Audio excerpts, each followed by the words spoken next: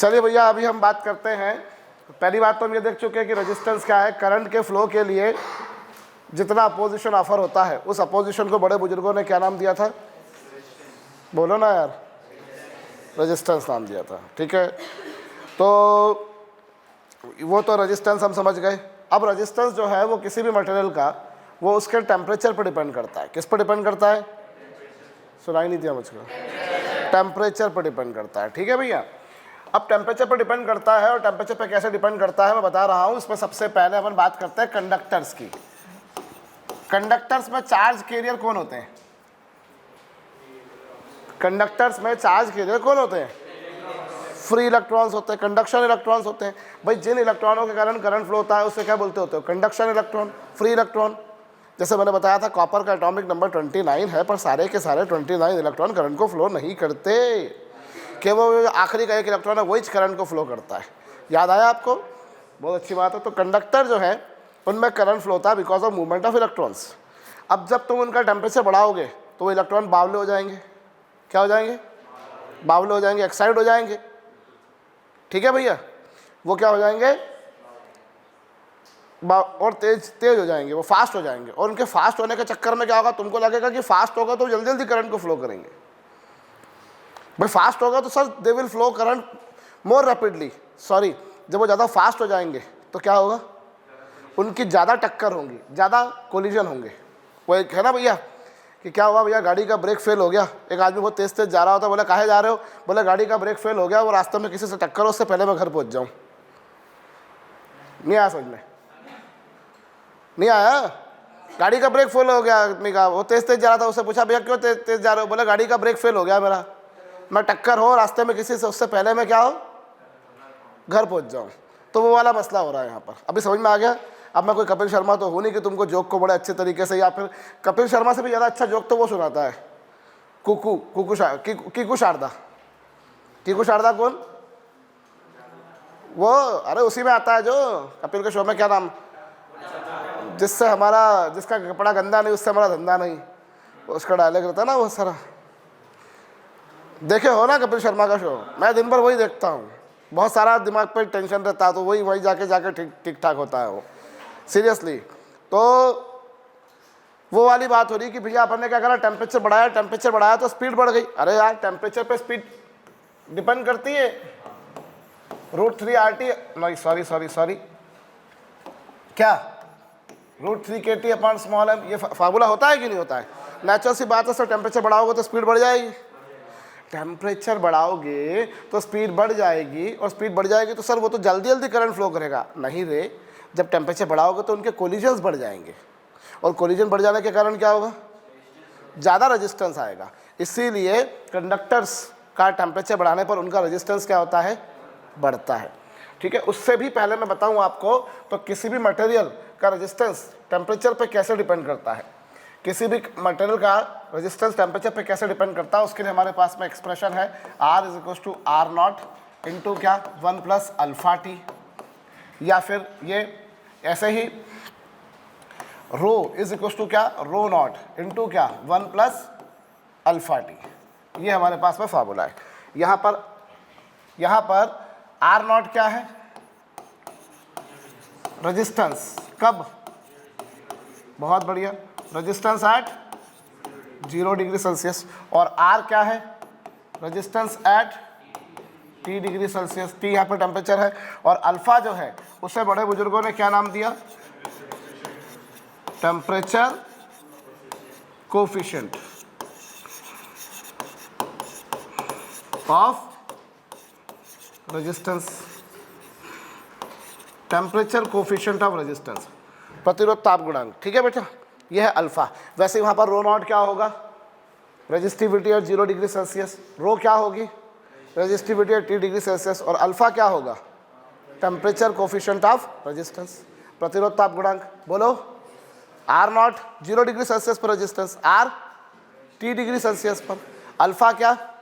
Temperature coefficient of resistance, T temperature है। ठीक है भैया ऋषभ, तो ये हमारे पास में क्या है? समझ में आ रही है बात? अरे बोलो ना, आ रही है। तो इस तरीके से हमारे पास में रेजिस्टेंस टेम्परेचर पर डिपेंड कर रहा है। ठीक है, हम ये भी एक्सप्रेशन लगा सकते हैं, इसके अलावा हम ये भी लगा सकते हैं R2 is equal to R1 into क्या 1 प्लस अल्फा डेल्टा टी। यहाँ पर समझ गए होगे R1 का मतलब क्या है? R1 क्या? रेजिस्टेंस एट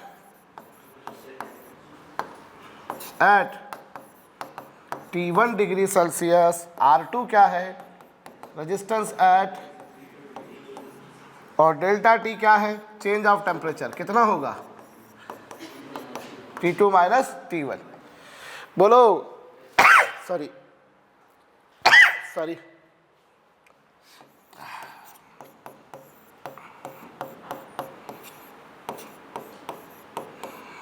समझ गए? कहो।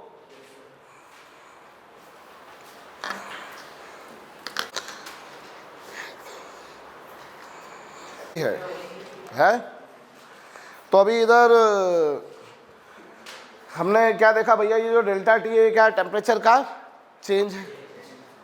तुम्हें अगर कुछ धुंधला धुंधला सा याद आ रहा हो तो ये क्वेश्चन तुमने पहले भी पढ़ी थी। कहाँ पढ़ी थी? थर्मोमेट्री में, थर्मोकेमिस्ट्री में नहीं, थर्मोमेट्री में पढ़ी थी। वहाँ पर ने पढ़ा था थर्मोमेट्रिक प्रॉपर्टी। ऐसी कोई भी प्रॉपर्टी जो टेम्परेचर पर डिपेंड करती है उसे क्या बोलते हैं हम? Thermometric property. याद आया? जैसे कि लेंथ ऑफ ए वायर, जैसे कि एरिया ऑफ ए प्लेट, जैसे कि वॉल्यूम ऑफ एनी बॉडी, जैसे कि रेजिस्टेंस, जैसे कि volume of gas at constant pressure, जैसे कि pressure of gas at constant volume. तुमने कांस्टेंट वॉल्यूम थर्मामीटर वगैरह वगैरह पढ़े थे कि नहीं पढ़े थे? वहाँ पर अपन ने पढ़ा था ट्रिपल पॉइंट। ट्रिपल पॉइंट क्या? वो टेम्परेचर जिस पर किसी भी मटेरियल की सॉलिड, लिक्विड और वेपर तीनों फेस एक साथ एग्जिस्ट करती है उसे हम बोलते होते हैं ट्रिपल पॉइंट। वाटर का ट्रिपल पॉइंट कितना होता है? 0.01 डिग्री सेल्सियस टू 73.16 केल्विन। याद ही नहीं है हम लोगों को। जवाब भी तो फिर तैरते में आता है कि सर ये लो। याद आया कुछ? एनीवेज, तो ये हमने क्या देखा कि रेजिस्टेंस टेम्परेचर पर डिपेंड करता है। स्पेसिफिक रेजिस्टेंस भी टेम्परेचर पर डिपेंड करता है। समझ गए? रेजिस्टेंस भी टेम्परेचर पर डिपेंड करता है, स्पेसिफिक रेजिस्टेंस भी टेम्परेचर पर डिपेंड करता है। कर गया?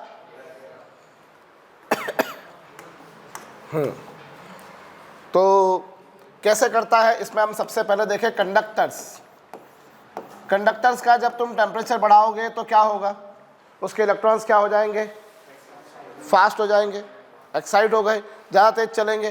तेज चलने के चक्कर में क्या होगा? वो सोचो जल्दी घर पहुंच जाएंगे, जल्दी घर नहीं पहुंचेंगे। वो क्या होगा?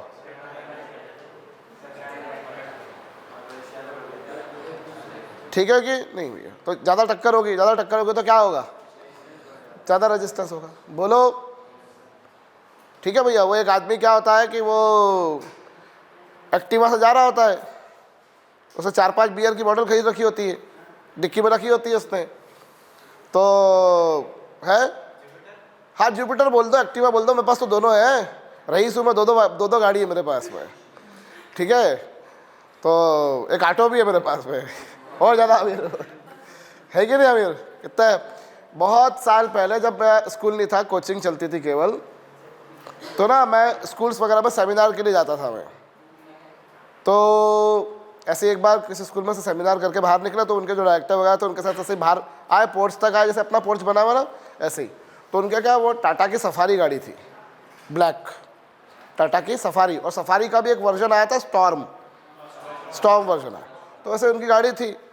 तो ऐसी गाड़ी की बातचीत, मतलब कड़ी बातचीत निकली थोड़ी सी कि कैसी है गाड़ी, क्या है, ऐसे कुछ चर्चा चल रही थी। तो कैसी भैया, कैसा कंफर्टेबल कैसी है, और मेरे को तो इससे बड़ा, मेरे लिए तो ये मैटर करता है कि एवरेज कितना देती है। भाई कई लोगों के लिए वो मैटर नहीं करता, पर मेरे जैसे लोगों के लिए तो करता है कि कितना एवरेज देती है मालूम पड़ जाए अपने को। इस तरह से ऐसे कुछ बात चले थे। तो उन्होंने बताया कि ऐसा ऐसा स्पेसिफिकेशन है गाड़ी का। फिर उन्होंने आखिरी में एक बात बोली कि बोले बाहर खड़ी रहना चाहिए गाड़ी, बोले इम्प्रेशन पड़ता है उससे। पेरेंट आता है तो पेरेंट देखता है अरे बड़ी गाड़ी है सर के पास में, तो क्या होता है, इम्प्रेशन पड़ता है। तो मैं आया, फिर शाम को मेरे से कोचिंग पे ऐसी बात चल रही थी, तो मैं बात तो करता ही हूँ बहुत सारी, तो ऐसी बात चल रही, मैं तब से मेरे दिमाग में था मतलब क्या गाड़ी खड़ी करने से कैसे इंप्रेशन पड़ता है। तो बच्चों को ऐसे बताया उस समय के जो भी रहे होंगे मैंने, तो बोले भैया पड़ता है इंप्रेशन। मतलब हमारे स्कूल के डायरेक्टर के पास में ये वाली गाड़ी, मतलब एक, मतलब गजब यार, मतलब मेरे पढ़ाने से इंप्रेशन पड़ना चाहिए कि मैं पढ़ाता कैसा हूँ, रैदर की मेरे पास गाड़ी कौन सी है। तो कई लोग ऐसा बिल्कुल बड़े दिखावा में रहते हैं कि बिल्कुल गाड़ी हमारे पास ये होना चाहिए, गॉगल वागल लगा कर बढ़िया रेबन का 5-6 हज़ार रुपये का आता होगा मेरे ख्याल से। मोबाइल का एक बार मैं गया एक स्कूल में सेमिनार देने के लिए वही, तो वो वहाँ ना मोबाइल बज रहा, मेरा वाइब्रेशन पे रहता ही है मेरा मोबाइल, तो मैं ऐसे ही वो दे रहा था मैं सेमिनार वगैरह, तो मोबाइल वगैरह बजा होगा मेरा सेमिनार, तो मैंने वैसे बाहर निकाल के ऐसे टाइम वाइम देखा होगा। टाइम देखने की गंदी आदत पड़ी हुई है मेरी, घड़ी में पहनता नहीं, कभी जीवन में मैंने घड़ी नहीं पहनी। तो झान झपके जिसको बोलते हो, झान झपके वाले काम मैंने कभी करे ही नहीं। झान झपके समझते हो? दिखावा करने वाले जो होते हैं ना कि बिल्कुल हम बिल्कुल ऐसे रॉयल किस्म के लोग हैं तो वो वाला मसला नहीं करा कभी। तो वो मैंने मोबाइल से टाइम निकाल के देखा, तो वो बच्चा एक आगे ही खड़ा था, सबसे आगे। तो वो बोला ये सरदारा सर के पास तो G5 का मोबाइल है। G5 कौन? G5 करके कंपनी थी, चाइना कंपनी थी वो, ऐसा G5 3-3.5 हज़ार रुपये का इंस्ट्रूमेंट होगा वो। आई एम टॉकिंग अबाउट 12-13 साल पुरानी बात बता रहा हूँ तुम्हारा। तो G5 का मोबाइल है। तो वो मतलब उसने बड़ी मेरे को हीन निगाहों से देखा, उसने मेरे को हीन समझे कि अरे तो बहुत टुच्चा किस्म का मोबाइल है ये, या फिर मैं भी टुच्चा हूँ ही मान लो तुम, इस तरह से। तो वो फिर उस समय बोला मेरे को, तो फिर मैंने उसको उसी समय मैंने सुन लिया उसके मुझसे, उससे बोला धीरे से था कि सर के पास तो G5 का मोबाइल। तो मैंने आमिर खान नहीं आएगा मेरे को सैमसंग का मोबाइल देने के लिए। उस समय आमिर खान सैमसंग का ऐड करता था, वो नेक्स्ट इज़ व्हाट करके उसका एक स्लोगन पॉइंट होता था, स्लोगन वो था, कोटेशन था उनका, नेक्स्ट इज़ व्हाट। तुम लोग कभी तुम्हें याद हो तो था वो काफ़ी समय तक, और सैमसंग का ऐड आमिर खान ने खूब किया। तो उसको मैंने उस समय वही बोला था कि मैंने क्या आमिर खान नहीं आएगा मेरे को मोबाइल देना, भाई जो मेरी पूर्ति हो रही है मैं उससे काम कर रहा हूँ, मैं उसमें क्या करना। तो लोगों का कई बार क्या होता है, ये सब जो गैजेट्स होते हैं इनमें बड़ा इंटरेस्ट होता है, गाड़ी में बड़ा इंटरेस्ट है, मोबाइल फ़ोन में बड़ा इंटरेस्ट है। मेरे को बाई चांस क्या पता, मेरे को इन चीज़ों का कभी कीड़ा रहा ही नहीं। जो कीड़े दूसरों को तो मेरे को होते नहीं, जो मेरे को होते वो दूसरों को हो ही नहीं सकते कभी, ये बात तो पक्की है। मेरे को थोड़ा कुछ ऊट पटांग किस्म के होते हैं, और मेरा प्रिंसिपल रहा कि दूसरे की गाड़ी और दूसरे की लाड़ी पे अपन को नजर नहीं डालनी, अपनी चीज़ देखो भैया अपन तो चलो। हाँ तो वो एक आदमी जो है वो 4-5 बियर की बॉटल ली उसने, और वो एक्टिवा पे चला उसके घर पे। तो उसको रास्ते में ख्याल आया कि बोले यार ये रास्ते में बॉटल फूट नहीं जाए, तो उसने क्या कर लिया, वो 4-5 बॉटल उसने गुड़क ली और घर पहुंचा। घर जाकर उसने वाइफ को बताया कि मैंने बिल्कुल सही सोचा था, रास्ते में मेरी गाड़ी 4-5 बार गिरी। नहीं आ समझ में आ गया? मेरा जोक थोड़ा धीरे से हो जाते हैं ना, थोड़ा हाई लेवल के है, तो इसलिए उसने पहले ही ख़त्म कर ली। हाँ चलो आ जाओ, इधर आ जाओ तुम। हाँ बियर ख़त्म कर लिया अपन ने, अभी आ जाओ अपन कंडक्टर्स की बात करें। तो कंडक्टर्स का टेम्परेचर बढ़ाने पर क्या होता है भैया? रेजिस्टेंस क्या होता है? बढ़ता है। क्यों बढ़ रहा है समझ में आया?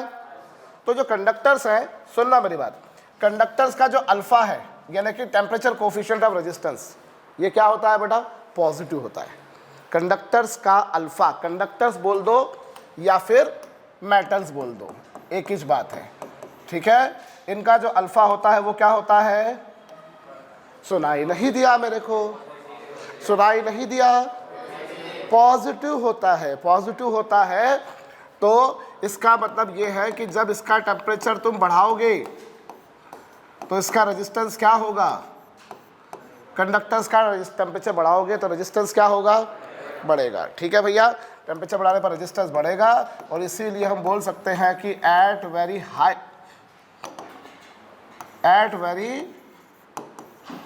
हाई टेम्परेचर, टेम्परेचर बढ़ा रहे हो रेजिस्टेंस बढ़ रहा है, टेम्परेचर बढ़ा रहे हो रेजिस्टेंस बढ़ रहा है। बहुत ज़्यादा टेम्परेचर पे, at very high temperature, resistance जो है वो क्या हो जाता है? इन्फिनिटी। रेजिस्टेंस इन्फिनिटी हो जाएगा। टेम्परेचर बढ़ाते जाओगे रेजिस्टेंस बढ़ता जाएगा, बढ़ता जाएगा, बढ़ता जाएगा, बढ़ता जाएगा, और क्या होगा? बहुत हाई टेम्परेचर पर रेजिस्टेंस इन्फिनिटी हो जाएगा। इन्फिनिटी हो जाएगा मतलब it will start working like an insulator. वो किसकी तरह काम करेगा? बहुत बढ़िया बात, ठीक है। और दूसरा क्या? अगर तुमने टेम्परेचर घटाया तो रेजिस्टेंस क्या होगा? और रेजिस्टेंस घटेगा तो क्या होगा? एट वेरी लो टेम्परेचर, बहुत कम टेम्परेचर पे, बहुत कम टेम्परेचर कितना? तकरीबन 0 केल्विन टेम्परेचर पे, बहुत कम टेम्परेचर पे, at very low temperature resistance जो है वो क्या हो जाएगा, जीरो हो जाएगा। और जीरो हो जाएगा तो वो किसकी तरह काम करेगा, सुपर कंडक्टर की तरह। It will work like a super conductor. बोलो कुछ समझ में आया क्या बोला मैंने? टेम्परेचर बढ़ाओगे तो रेजिस्टेंस क्या होगा, बढ़ाते बढ़ाते बढ़ाते बढ़ाते रेजिस्टेंस हो गया इन्फिनिटी, मतलब वो किसकी तरह काम करने लगा भैया। और टेम्परेचर घटाने पर उसका रेजिस्टेंस क्या हुआ, बहुत कम टेम्परेचर पे रेजिस्टेंस कितना हो गया, मतलब वो किसकी तरह काम करेगा, समझे?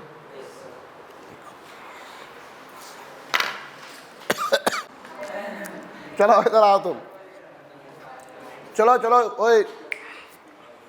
तो टेम्परेचर बढ़ाने पर रेजिस्टेंस बढ़ेगा और बहुत हाई टेम्परेचर पर रेजिस्टेंस क्या हो जाएगा, वो इंसुलेटर बन जाएगा। और बहुत कम टेम्परेचर पर रेजिस्टेंस क्या हो जाएगा, क्या बन जाएगा वो, डन। तो ये तो बात थी कंडक्टर्स की या मेटल की, ठीक है। दूसरे नंबर पर आता है कौन, semiconductors.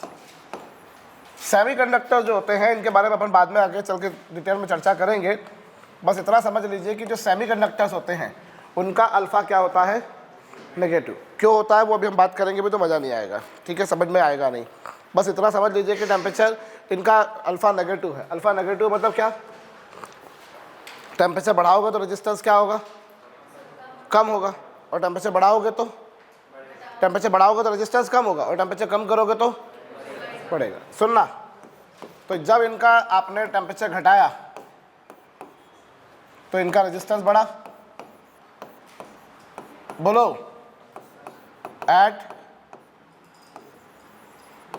Very low temperature, at very low temperature कितना, वही तकरीबन 0 केल्विन। लो टेम्परेचर पर रेजिस्टेंस कितना हो जाएगा, इन्फिनिटी। और इन्फिनिटी हो गया मतलब वो किसकी तरह काम करेगा, इंसुलेटर की तरह। बोलो, it will work like an insulator. अनुर, ठीक है, बोलिए। अब सुनना, जब टेम्परेचर बढ़ाओगे तो रेजिस्टेंस क्या होगा, कम होगा। और कम होगा तो कम होते होते कितना हो जाएगा, सुनाई नहीं दिया मुझको, 0 हो जाएगा। At some high temperature resistance, तुमने जब टेम्परेचर बढ़ाया तो रेजिस्टेंस घटता गया घटता गया घटता गया, क्या हो जाएगा वो, 0 हो जाएगा। क्या बन जाएगा वो, क्या बन जाएगा, नहीं। जब तुम इसका टेम्परेचर बढ़ाओगे तो रेजिस्टेंस कम होगा। At some high temperature it will become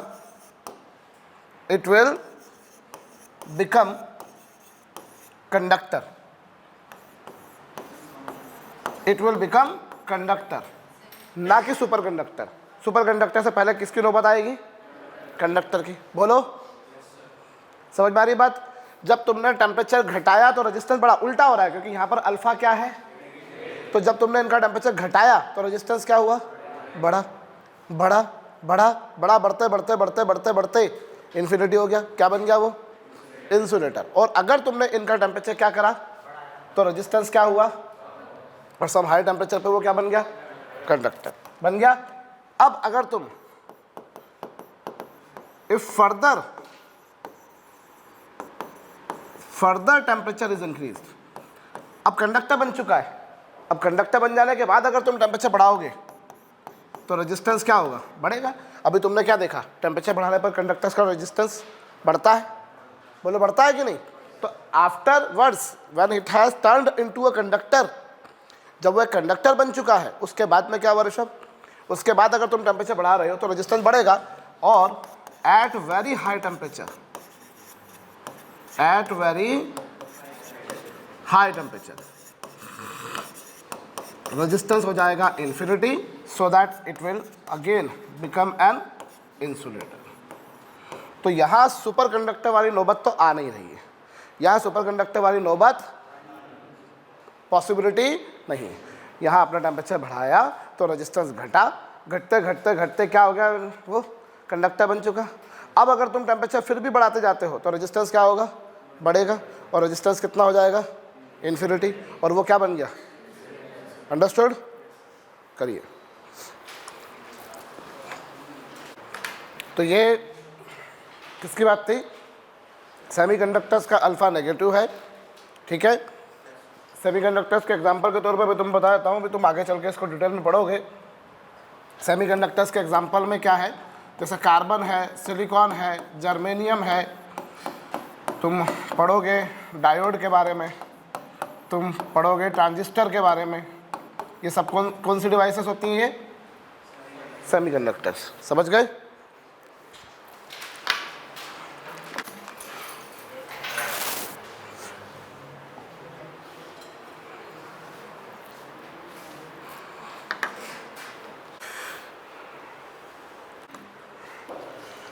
क्या करूँगा मैं, सीधी सीधी बात है, R2 is equal to R1 into कितना 1 प्लस अल्फ़ा डेल्टा टी।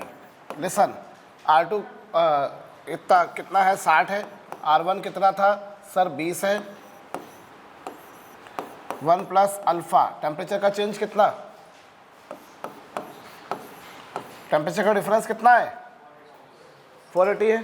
कहो 60 में से 20 जाएंगे तो ये 40, पहले 20 का अंदर मल्टीप्लाई करो, तो ये इसमें से माइनस करो, इज इक्वल टू कितना 20 इंटू 480 इंटू अल्फ़ा। तो अल्फ़ा की वैल्यू कितनी आ गई, अल्फ़ा की वैल्यू 2 मतलब 1/240 आ गई, 1/240। This is the value of alpha. यहाँ से अपन ने अल्फ़ा निकाल दिया, बोलो ठीक है। वैसे अल्फ़ा नहीं भी निकालते तो भी अपना काम होता, चलो अपन ने ये अल्फ़ा को निकाले बगैर अपन काम करते हैं। ये तो अपन ने बात कर ली इस पर, ये एक इक्वेशन बन गई तुम्हारे पास।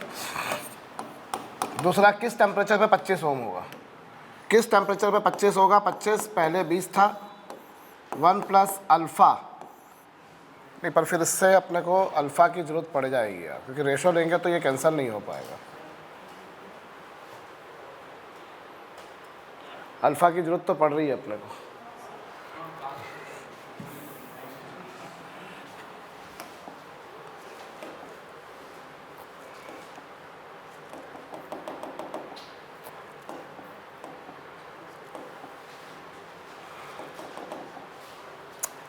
अल्फ़ा की ज़रूरत तो पड़ेगी यार।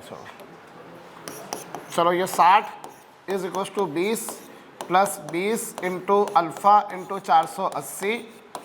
60 में से ये 20 जाएंगे तो कितना बचेगा, 40 is equal to 20 into alpha into 480। इससे अल्फ़ा की वैल्यू कितनी आ गई,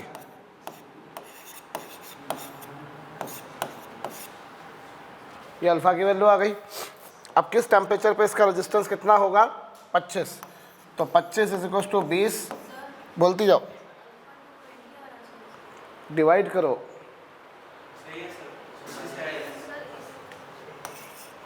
1 प्लस अल्फ़ा,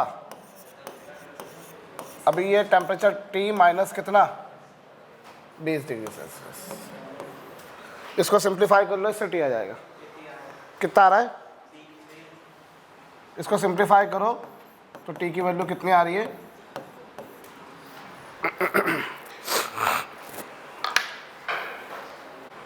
अगर मैं वो वाली इक्वेशन लगाता हूँ जो तुम बोल रहे हो, कौन सी, R इज इक्वल टू, ये वाली इक्वेशन लगाता हूँ, तो ज़रा देखो 20 डिग्री सेल्सियस पे 20 ओम,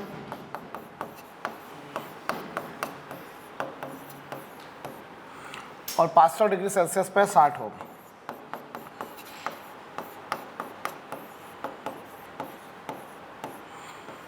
इन दोनों का रेशो लो, इन दोनों का रेशो लोगे तो R नॉट से R नॉट क्या हो गया, और ये कितनी बार गया 3 बार, क्रॉस मल्टीप्लाई करो तो 1 प्लस 500 अल्फ़ा इस इक्वल टू कितना 3 प्लस 60 अल्फ़ा, तो ये कितना आया 2 इज इक्वल टू कितना 440 अल्फ़ा। तो अल्फ़ा की वैल्यू इससे 1/220 आ रही है। तो मैंने यहाँ कोई गलती करी होगी, फिर ऐसा तो होने नहीं चाहिए।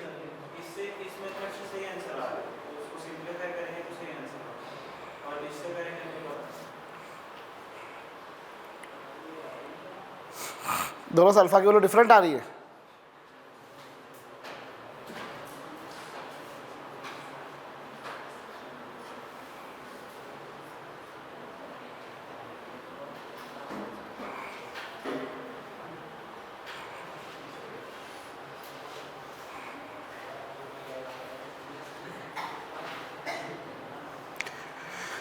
मैंने इससे कुछ सॉल्व करने में गलती तो नहीं करी है, या उस मेथड से? दोनों में ज़्यादा एक्यूरेट फार्मूला ये वाला होता है, ये वाला नहीं। ये वाला फार्मूला तब तुम लगाते हो जब अल्फ़ा की वैल्यू बहुत कम हो, अल्फ़ा की वैल्यू जब काफ़ी कम हो तो ये फार्मूला एप्लीकेबल है। जितनी कम होगी ये फार्मूला उतना ज़्यादा एक्यूरेट बैठेगा। एक्चुअल फार्मूला यही वाला है, एक्चुअल फार्मूला ये वाला जो फार्मूला है यही सही है, इससे एक्यूरेट आंसर आता है, उससे एक्यूरेट आंसर नहीं आता है। अब सामने वाला जिसने क्वेश्चन फ्रेम किया, जिसने ऑब्जेक्टिव लिखा, अगर उसने इसी को सॉल्व करके, इससे सॉल्व करके आंसर को सही माना होगा तो फिर यही वाला बोलेगा सही है। वो नहीं आया समझ में? भाई मैंने क्वेश्चन फ्रेम किया और मैं ये वाला फार्मूला लगाकर जो आंसर आता है उस आंसर को ही मैं करेक्ट ऑप्शन मान के चलता हूँ, तो फिर यही वाला सही हो गया। अदरवाइज एक्चुअल फार्मूला कौन सा वाला है? ये वाला, ना कि वो वाला। वो वाला फार्मूला तब लगता है जब अल्फ़ा की वैल्यू वेरी स्मॉल हो, अल्फ़ा की वैल्यू क्या हो? बहुत स्मॉल हो, तो फार्मूला वो वाला है, वरना तो यही वाला फार्मूला है। पर मुझे ऐसा लगता है कि यार दोनों से आंसर सेम आना चाहिए था। एक्चुअली सही वाला वही वाला, मैं फिर बता दूं तुम्हारे को, ये नहीं है। ये will give you approximate answer, this formula will give you approximate answer और यू से close answer, but that will give you exact answer. मैं वही समझ नहीं पा रहा हूँ गलती, मतलब ऐसा क्या मिसिंग हो रहा है। एक्चुअल फार्मूला वही होता है, ये तो अप्रॉक्सीमेट है। बायनोमियल थ्योरम का यूज़ करते हैं और बायनोमियल थ्योरम के यूज़ से हम इस फार्मूले से ये वाला फार्मूला बनाते हैं, समझे? बायनोमियल थ्योरम का यूज़ करके हम इससे ये बनाते हैं। मैं बना के बताता हूँ तुम्हारे को।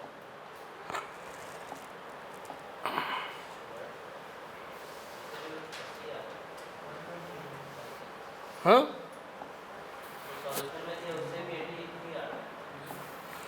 एक्चुअली फार्मूला जो होता है, मैं फिर बोल रहा हूँ, फार्मूला एक्चुअली यही होता है, R is equal to R naught 1 plus alpha T, ये होता है फार्मूला।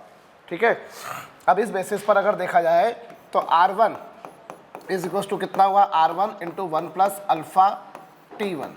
सुनना, ये R1 हो गया। अच्छा, R2 क्या हो गया? R not 1 plus alpha T2। क्या ये समझ में आया? अब मैंने क्या करा, दोनों का रेशो लिया। सुनना, दोनों का रेशो लिया। जब रेशो लूँगा तो R2 upon R1, R not से R नॉट कैंसिल हो जाएगा, 1 प्लस अल्फ़ा T2 और अपॉन में क्या, और यहाँ से R2 upon R1 is equal to 1 plus alpha T2 into 1 plus alpha T1 की पावर कितनी हो जाएगी? -1। अब इससे तुम्हारे पास R2 इज इक्वल टू आ गया R1 1 प्लस अल्फ़ा T2, और बायनोमियल थ्योरम का यूज़ करूँगा तो तुम्हें मालूम हो ये पावर का अंदर मल्टीप्लाई कर देते हैं, ये होगा।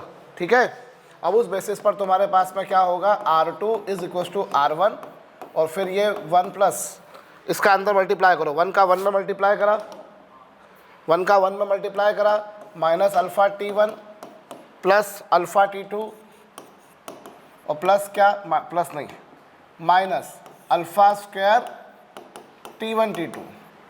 ठीक है, अब इस बेसिस पर क्या आ गया, R2 is equal to R1 1 plus alpha कितना, T2 माइनस T1, और ये हो जाएगा 0, क्योंकि अल्फ़ा बहुत छोटी क्वांटिटी है और छोटी क्वांटिटी का मल्टीप्लाई करोगे दूसरी बार तो और छोटा हो जाएगा। ठीक है, तो उस बेसिस पर तुम्हारे पास में क्या आएगा, R2 is equal to R1 into क्या, 1 प्लस अल्फ़ा, और ये क्या,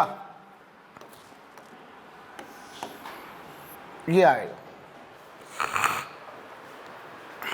तो ये एक्यूरेट आंसर नहीं है, एक्यूरेट वही है फार्मूला, एक्यूरेट फार्मूला वो है। वो तो हमने फिर इन दोनों ऐसा लेकर रेशो लिया, हमने रेशो लेने के बाद हमने ये करा, तो हमने इसको क्या कैंसिल, इसको 0 कर दिया।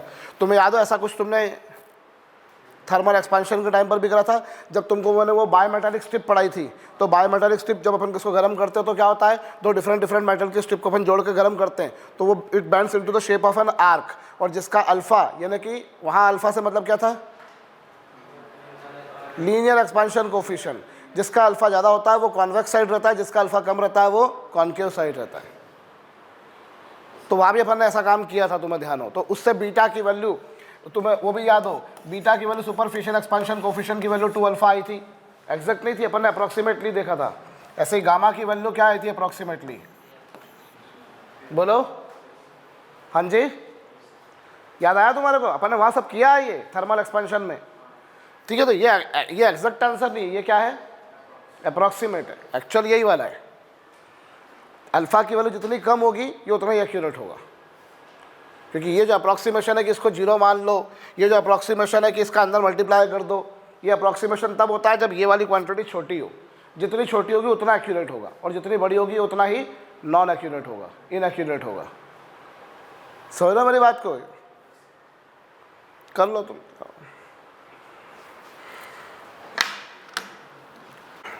समझ गए?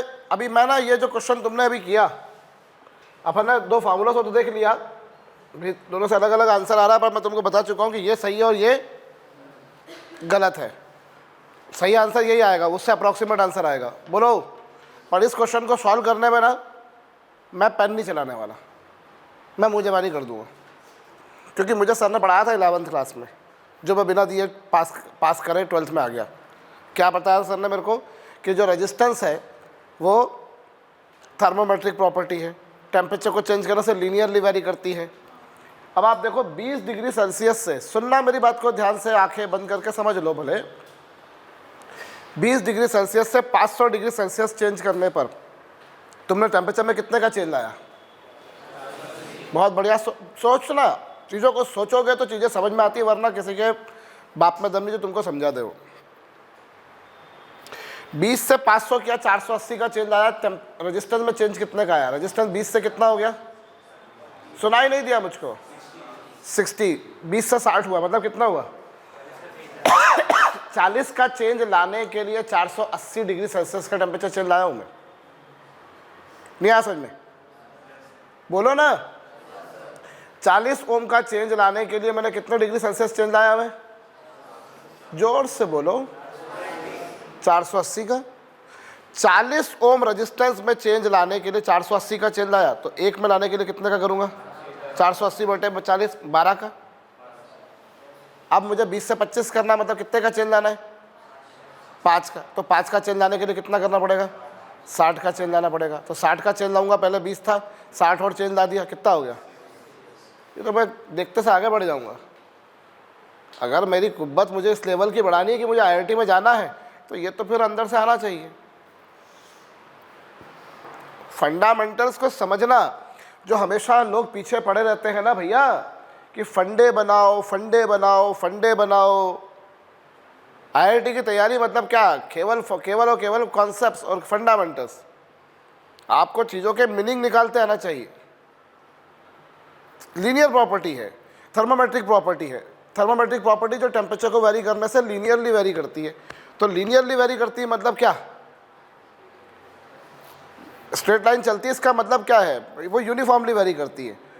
मैंने 20 से 60 डिग्री सेल्सियस, 20 डिग्री सेल्सियस से 500 डिग्री सेल्सियस टेम्परेचर चेंज लाया। कितने का चेंज लाया? 480 का। तो 480 का चेंज आया, तो रेजिस्टेंस में चेंज कितने का आया? 40 का। तो 40 में चेंज आया रेजिस्टेंस 480 पर, तो एक पे कितना आएगा? एक पे के लिए कितना टेम्परेचर चेंज करना पड़ेगा? 12 का। तो मुझे 20 से 25 करना, मतलब 5 डिग्री से 5 ओम का चेंज लाना, तो 5 ओम के लिए कितने का चेंज लाना पड़ेगा? 60 का चेंज लाना पड़ेगा। 20 पहले था, 60 का और चेंज ले आया, कितना हो गया? ये चीज़ें होती हैं। अगर ये चीज़ें हमने नहीं करी धुरंधर, तो हम मजाल नहीं कि हम कभी जीवन में हम IIT में जा पाएंगे। समझ में आई बात? क्योंकि IIT में यही होता है, स्पीड तो आपको चाहिए, स्पीड आपको चाहिए, आपकी कॉन्सेप्ट्स पे कमांड होना चाहिए। कोई चीज़ अपन ने ये है, इसका सिग्निफिकेंस समझ में आना चाहिए भैया, वरना तो किताबें सब पढ़ते हैं, टीचर की बात सब सुनते हैं। समझ में आई बात कि नहीं आई?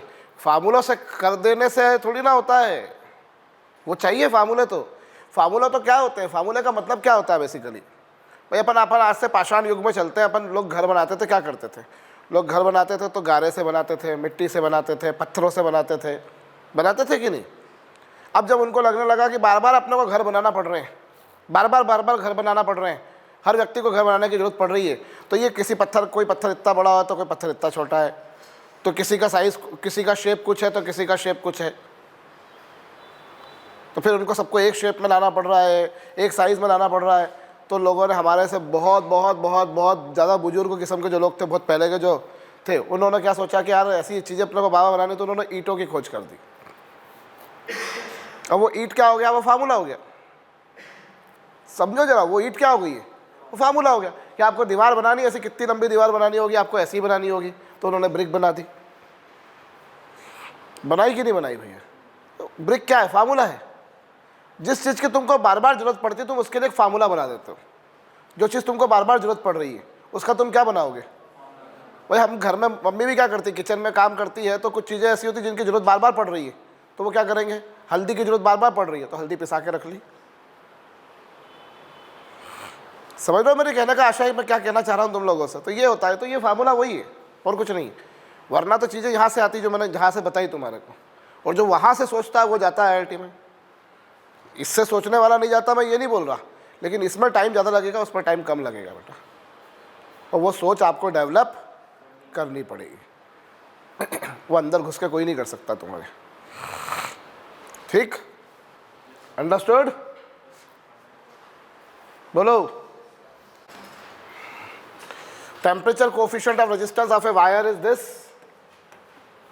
At 300 Kelvin temperature, its resistance is 1 ohm. Resistance of the wire at 2 ohm will be, कब 2 ohm कब होगा? तो कब होगा 2 ohm? तो हमने यहाँ पर लगा दी इक्वेशन, कौन सी? वही वाली, R2 is equal to R1 1 plus alpha delta T. बोलो। ठीक है, R2 की वैल्यू कितनी? 2 ohm करनी है, ये 1 ohm, ये 1 प्लस अल्फा कितना? 0.00125, और टेम्परेचर चेंज निकाल लो। इसको सॉल्व करके टेम्परेचर में चेंज निकालो, कितना आएगा वो? 2 - 1/1 इंटू कितना?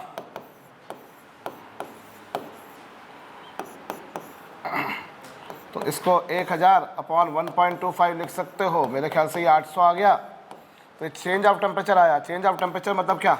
Final temperature minus initial temperature, वो है 800। इनिशियल टेम्परेचर 300 था, तो T2 की वैल्यू निकाल के देख दो कितनी आ जाएगी? 1100 केल्विन। हालांकि वो सेल्सियस में है, पर मसले की बात यह है कि जो चेंज सेल्सियस स्केल पर आता है वही केल्विन स्केल पर आता है।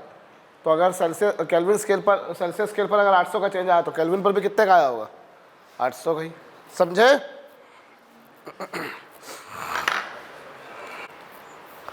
तुम्हारे पास 2 वायर्स है, रेजिस्टेंस R1 है, R2 है, जिनके temperature coefficient of resistance अल्फा1 alpha 2 है।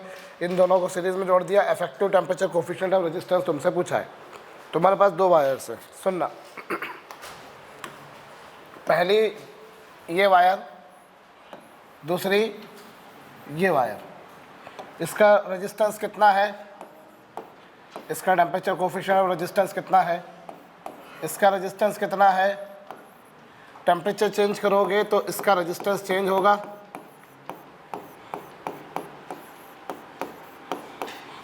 इसका टेम्परेचर चेंज करोगे तो रेजिस्टेंस चेंज होगा। पहले तो चलो ये था, ठीक है, ये कहानी थी। बोलो थी? अभी इन दोनों को सीरीज में जोड़ दिया है। इन दोनों को सीरीज में जोड़ दिया तो तुमको पता होगा सीरीज में रेजिस्टेंस कितना होता है? R1 plus R2। बोलो होता है कि नहीं? होता है। कहो, अब जब तुम टेम्परेचर को चेंज करोगे तो रेजिस्टेंस चेंज होगा। टेम्परेचर को चेंज करोगे तो रेजिस्टेंस चेंज होगा। टेम्परेचर को चेंज करोगे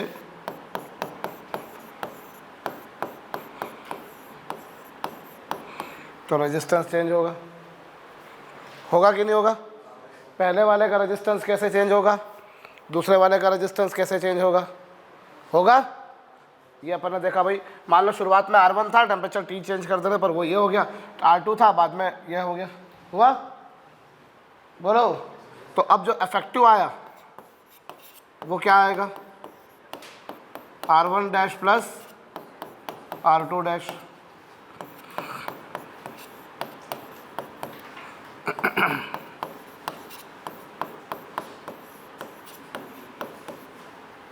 आया ये?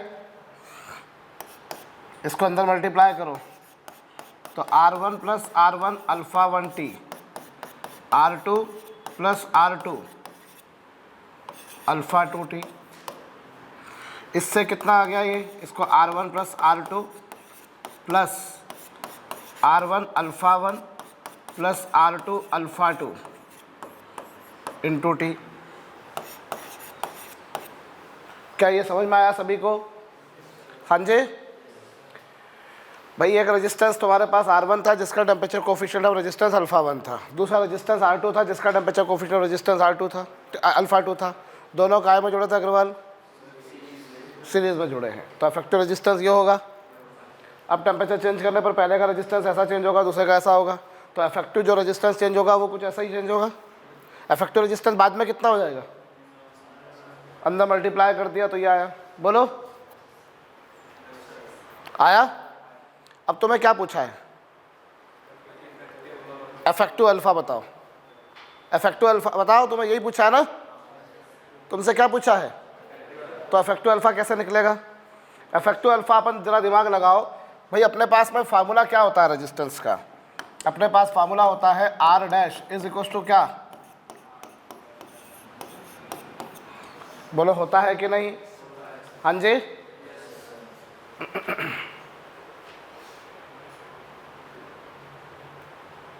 कहो ना यार। हमारे पास इफेक्टिव R का फार्मूला ये होता है मतलब ये बेसिकली यही फार्मूला होता है ना।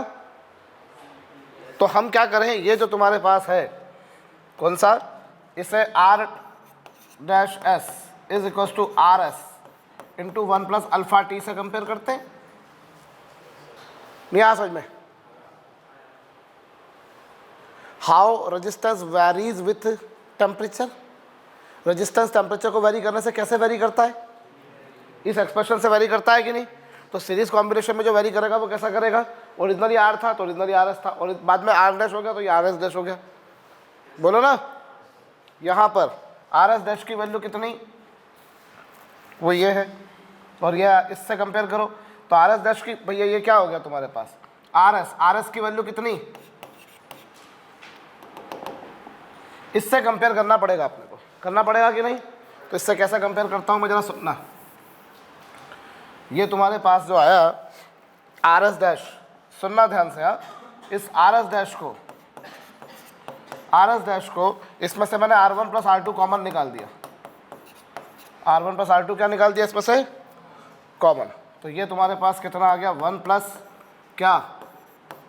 R1 alpha 1 plus R2 alpha 2 upon क्या? इंटू कितना?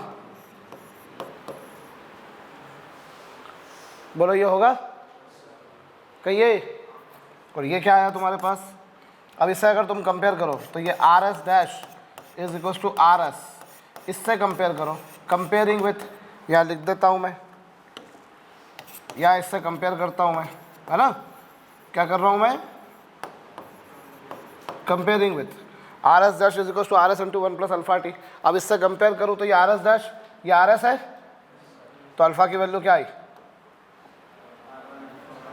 अल्फ़ा की वैल्यू क्या आ गई? R1 alpha 1 plus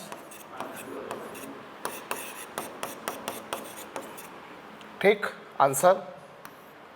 I repeat, मैं फिर से बोल रहा हूँ तुम्हारे को, तुमने क्या करा यहाँ पर देखो, एक रेजिस्टेंस तुम्हारे पास में कितना था? टेम्परेचर कोफिशिएंट और रेजिस्टेंस कितना था उसका? दूसरा रेजिस्टेंस कितना था? टेम्परेचर कोफिशिएंट और रेजिस्टेंस, दोनों को सीरीज में जोड़ दिया अपन ने, तो इफेक्टिव रेजिस्टेंस ये होगा। अब तुमने टेम्परेचर को वेरी करना शुरू करा, तो पहला वाला रेजिस्टेंस ऐसे वेरी करेगा, दूसरा वाला रेजिस्टेंस ऐसे वेरी करेगा, तो इफेक्टिव रेजिस्टेंस ऐसे वेरी करेगा। R1 का अंदर मल्टीप्लाई करा, R2 का अंदर मल्टीप्लाई करा, ऐसा होगा। हाँ जी, इसमें से R1 प्लस R2 कॉमन निकाल दे तो ये आएगा, आएगा कि नहीं आएगा? जहाँ R1 प्लस R2 लिखा था वहाँ 1 हो गया और ये बच्चा चला गया डिनोमिनेटर में। अब इससे आप स्टैंडर्ड इक्वेशन से कंपेयर करो, जो स्टैंडर्ड इक्वेशन ऐसी होती है उससे कंपेयर करो, तो ये हो गया आर एस, शुरुआत वाला सीरीज कॉम्बिनेशन का इफेक्टिव रेजिस्टेंस, ये टेम्परेचर को चेंज कर देने के बाद। और ये इस तरह से अपन देखेंगे तो अल्फ़ा की वैल्यू क्या आ गई? R1 अल्फ़ा 1 प्लस, ठीक कर लीजिए। समझ में आया या नहीं आया? अब ये सेम प्रॉब्लम तुम्हें करनी है और पैरेलल कॉम्बिनेशन के लिए करनी है। किसके लिए? करो।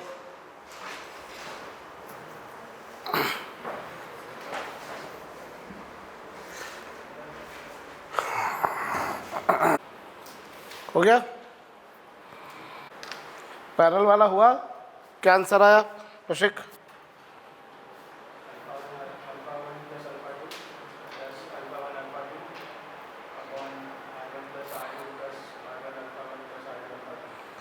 इतना लंबा जोड़ा तो आएगा नहीं यार। देखो पैरेलल में रेजिस्टेंस क्या होगा, पहली बार पैरेलल में रेजिस्टेंस क्या था?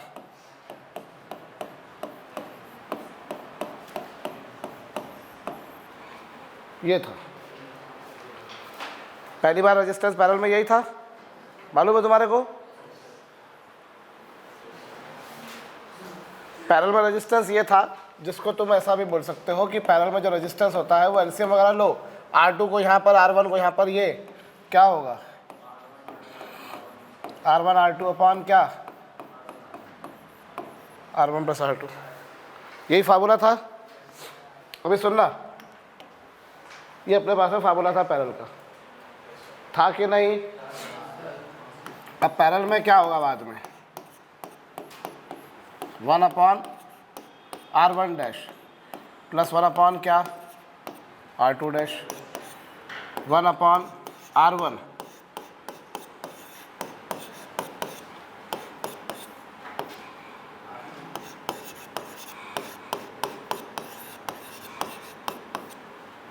क्या ये समझ में आया? अरे आया कि नहीं आया? आया ये समझ में? अब देखो ये जो 1 प्लस अल्फ़ा टी है, इसे तुम न्यूमरेटर में ले जाओगे तो ये हो जाएगा 1 minus alpha 1 T upon R1, और ये हो जाएगा 1 minus alpha 2 T upon R2। ऐसे कैसे सर? ऐसा ऐसे बेटा कि 1 प्लस अल्फ़ा टी जो लिखा है ये, इसे मैं क्या लिख सकता हूँ? 1 अपॉन 1 प्लस अल्फ़ा टी, ऐसा है। इससे मैं न्यूमरेटर में ले जाऊँगा तो ये क्या बन जाएगा? 1 प्लस अल्फ़ा टी की पावर कितनी? क्या मैं इसे ऐसा लिख सकता हूँ? बाइनोमियल थ्योरम का यूज़ करोगे, पावर का अंदर मल्टीप्लाई हो जाता है, 1 प्लस एक्स की पावर n होता है 1 प्लस एन एक्स। हुआ कि नहीं हुआ? हुआ कि नहीं भाई? पैरेलल कॉम्बिनेशन में इफेक्टिव रेजिस्टेंस ये होता है, पैरेलल कॉम्बिनेशन में आयरन रेजिस्टेंस क्या होता है? यही होता है कि नहीं? इसको तुम सिंप्लीफाई करोगे तो R2 यहाँ पर, R1 यहाँ पर, और बटे में ये, उसका पलटा मार दोगे तो ये हो जाएगा, हो जाएगा। अब जब तुम टेम्परेचर चेंज करोगे तो R1 चेंज होकर R1 डैश हो गया, R2 चेंज हो गया R2 डैश हो गया, R1 चेंज हो गया क्या हो गया? R1 डैश, और R2 चेंज हो गया क्या हो गया? और R डैश, R क्या हो गया? ये आया, ये आया। इसको ऊपर ले जाओ, इसको ये ले जाओ, बोलो ना। अब क्या करोगे? R2 का मल्टीप्लाई कर दो, R2 का मल्टीप्लाई करोगे और यहाँ R1 का एलसीएम लिया ना, सीधी सीधी बात है सर।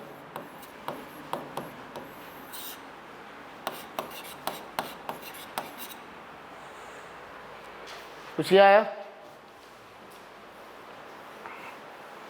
ठीक, बोलिए। ये आया तुम्हारे पास, इसका अंदर मल्टीप्लाई करो, क्या होगा? 1 अपॉन, इसका अंदर मल्टीप्लाई करो, क्या होगा? R2 minus R1 alpha 1 T plus R1 minus R1 alpha 2 T, और अपॉन में कितना? ठीक,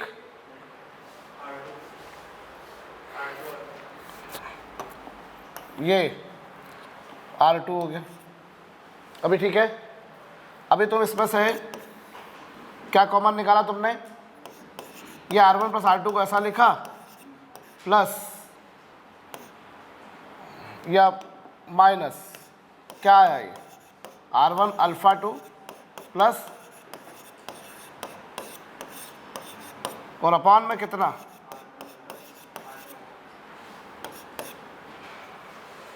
ठीक, बोलिए।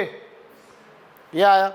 अब इसमें से ये R1 R2 तो था ही था, अपन एक काम करो, यहाँ तक की पूरी कहानी समझ में आ रही है?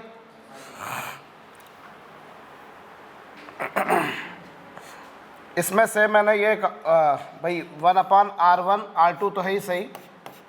मैं एक काम करता हूँ, इसमें से क्या कॉमन निकालता हूँ, R1 + R2। R1 + R2 अगर मैंने कॉमन निकाला तो बाकी क्या बचा, 1 - R1 α2 + R2 α1 और अपॉन कितना,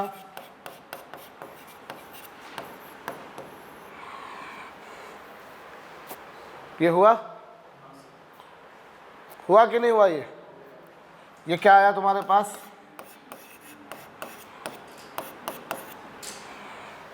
ठीक है।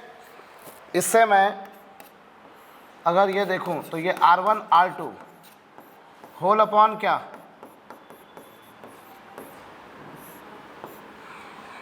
ये आया, और बाकी तुम्हारे पास में क्या, 1 - R1 α2 + R2 α1।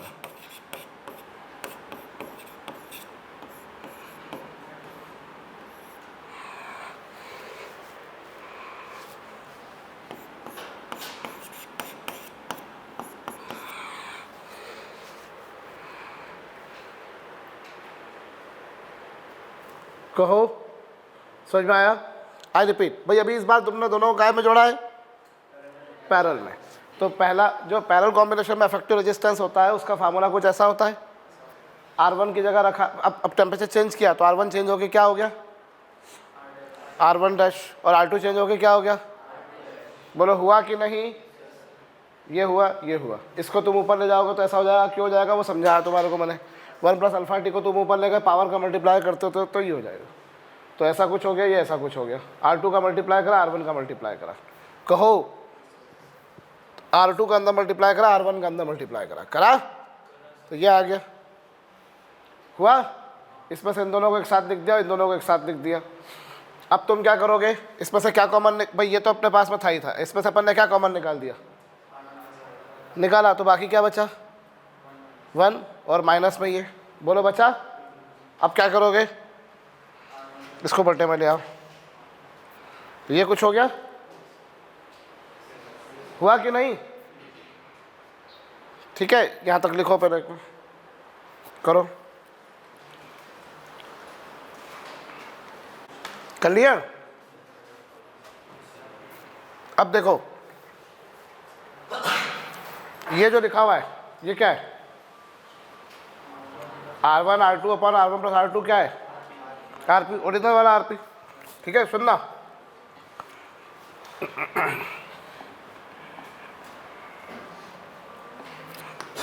अब तुम ध्यान दो, तो ये 1/RP', ये 1/RP, और जो लिखा हुआ है उससे अगर मैं डिनोमिनेटर में ले आऊं तो वो हो जाएगा 1 + R1 α2 + R2 α1 अपॉन क्या,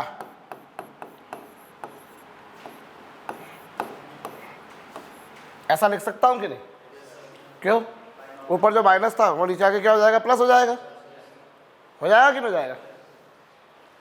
अब इसे किससे कंपेयर करो,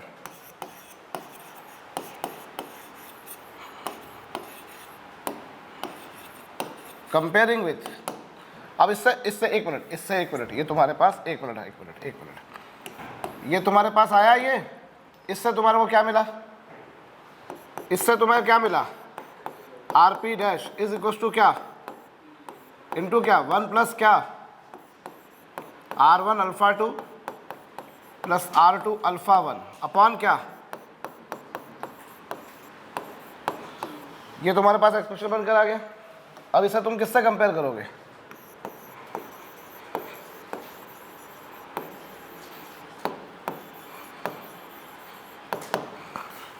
इसे किससे कंपेयर करोगे,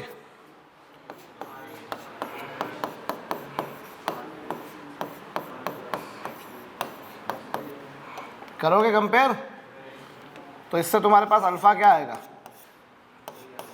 R1 α2 प्लस अपॉन क्या,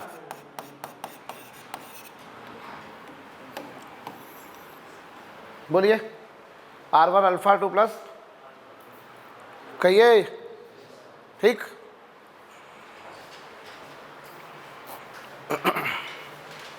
ये जो दोनों आंसर्स आए ना याद रख लेना। सीरीज में क्या R1 alpha 1 alpha 1 plus R2 alpha 2 अपन R1 प्लस R2। पैरेलल में क्या R1 alpha 2 plus R2 alpha 1 अपन इसमें अल्टा पल्टा कर दिया, उसमें सेम था, बोलो ना, that we can remember as an identity.